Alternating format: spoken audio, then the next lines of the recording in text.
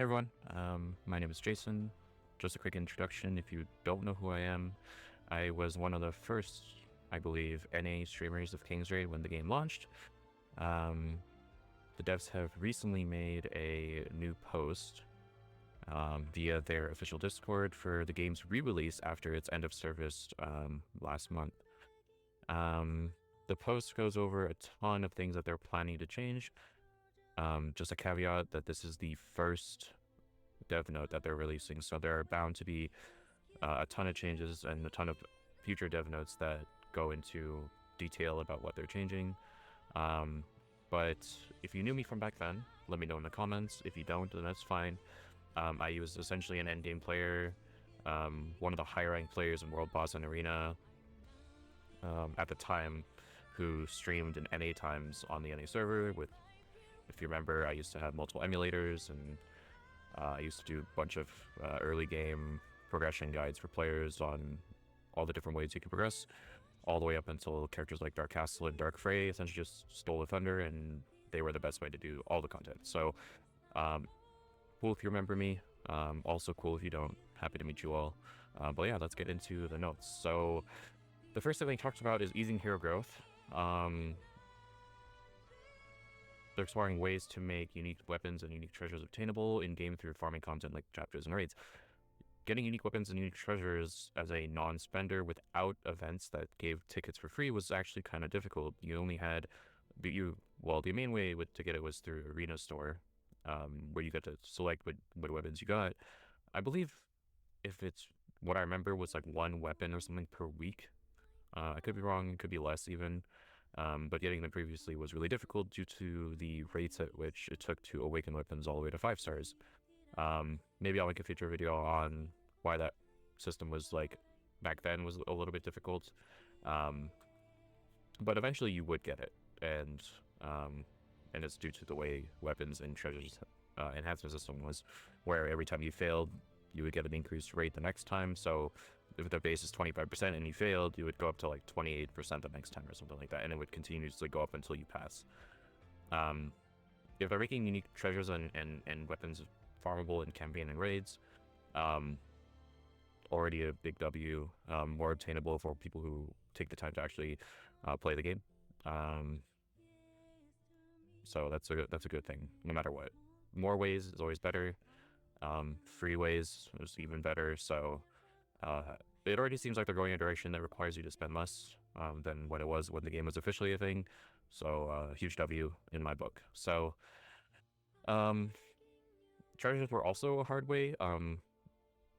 They already confirmed that they're only releasing chapters 1 to 6 in the blog, which means we don't have Devourer Shakmi, which was like a content before, where you get to choose what type of fragment you wanted for soul weapons, unique weapons, and unique treasures, and every time you clear Shakmi, you would get X amount of frags to then eventually craft items. So there wasn't really an easy way outside of summoning it, which I think was 1%, which was terrible.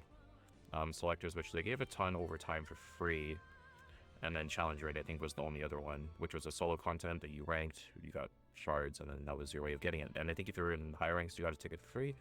So it was definitely like, if you were a strong player or a player who tried really, really hard and got high ranks, you would get those types of things more often for free.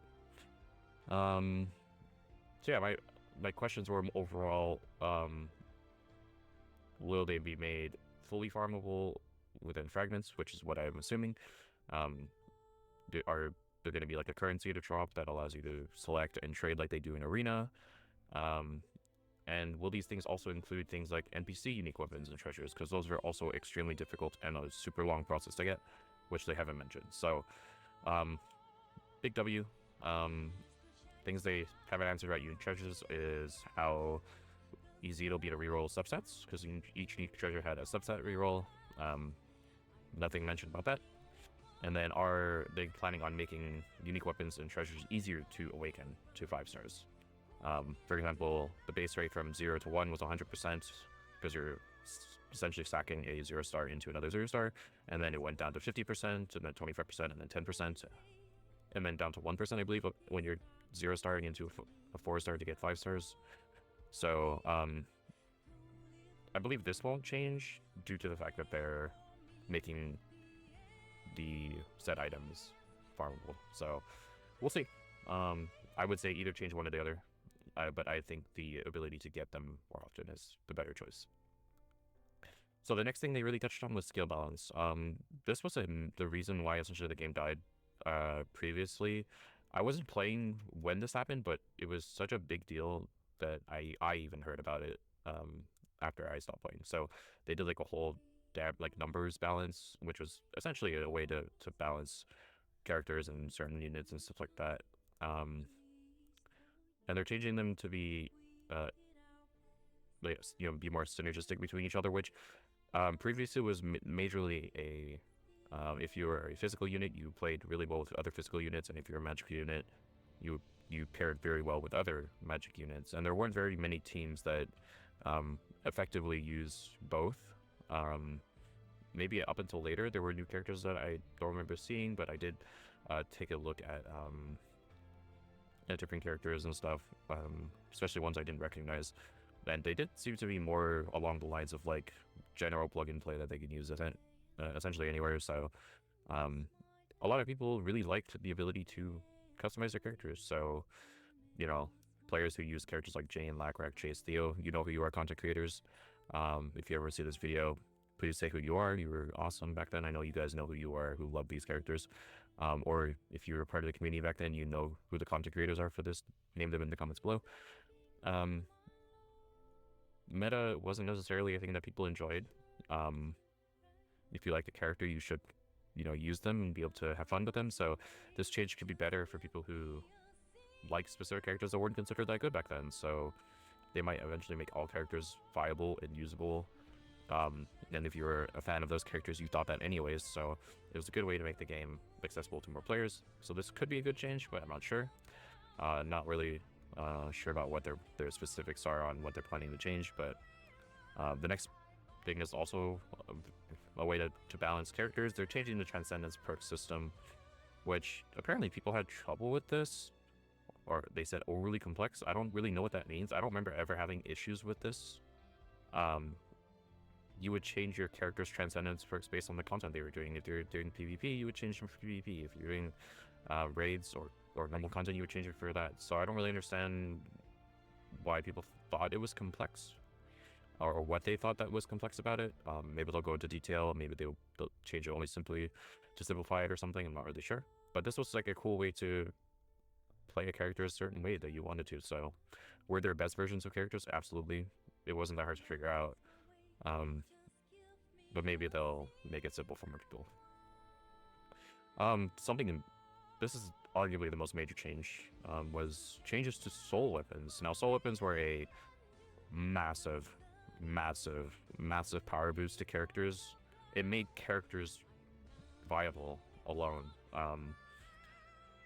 So this is a really big change. There's actually, at least from what I understanding, they're making soul weapons not a major power progression system, and that I think their words were not mandatory. Yeah, will no longer be mandatory progression step. This just sounds like they're making it a like rapport kind of system, and no longer giving the insane character power that they used to. Which I think back then, if you weren't farming like high-end Shakmi and other contents, you weren't getting soul weapon fragments or Trial of the God King. You weren't getting enough to like really make use of soul weapon system. And I think that was maybe it was a major complaint for people outside of the spenders. So this is kind of a big deal. Like, they're making Trial of the God King freely farmable for any class at any time, which means you can get soul stones. But if they're making soul stones or soul weapons kind of a use feature for characters that don't actually give anything to the character, then this is just useless. This is just a useless change, right?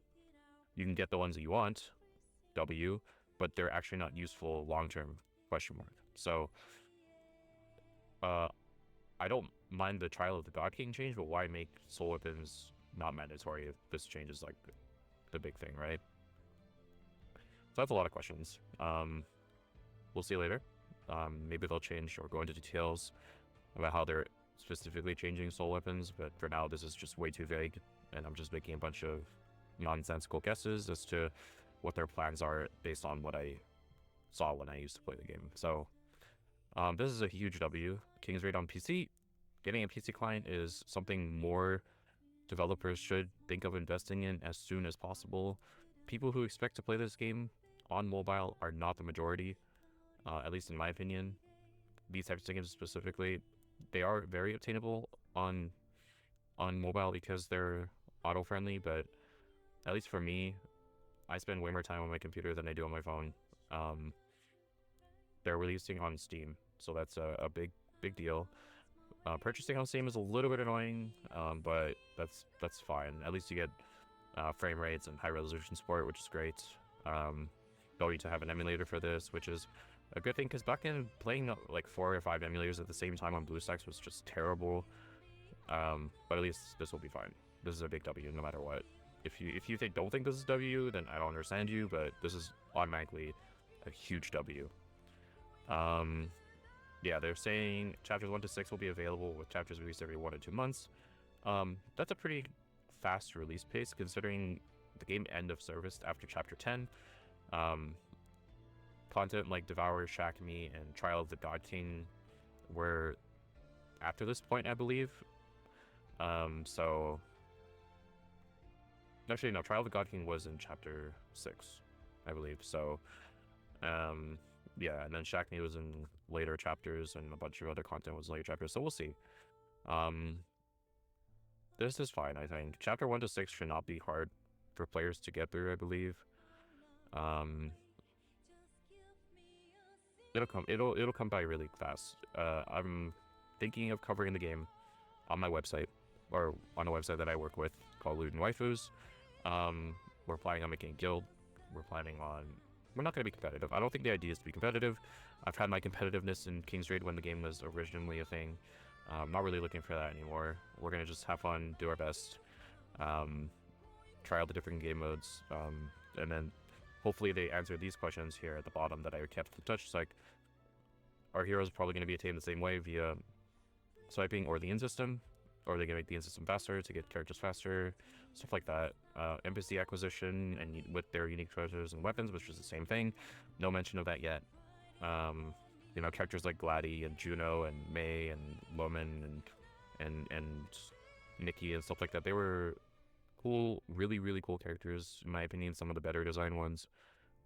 They were just really long to get, because you used to have to do the next thing, which is co-op dragon raids. Are they going to be co-op again, or are they going to do that whole auto-simming trash where you throw 30,000 stamina over 24 hours and then let it do its thing? Because this was a big reason of why I was into the game at the time. Farm with my friends, get materials to scrap, and then get characters like Gladdy and May and all that stuff. A lot of questions that haven't been unanswered, so hopefully they release dev notes more often or fast enough with, you know, what I'm thinking is going to be an end of year release. Who knows, it could be earlier if their dev plans go really well, but we'll see. Thanks again for watching, guys. This is going to be the first of probably many videos for King's Raid to come by. If you're excited, please let me know, like the comment, subscribe for more content, and I'll see you guys in the future.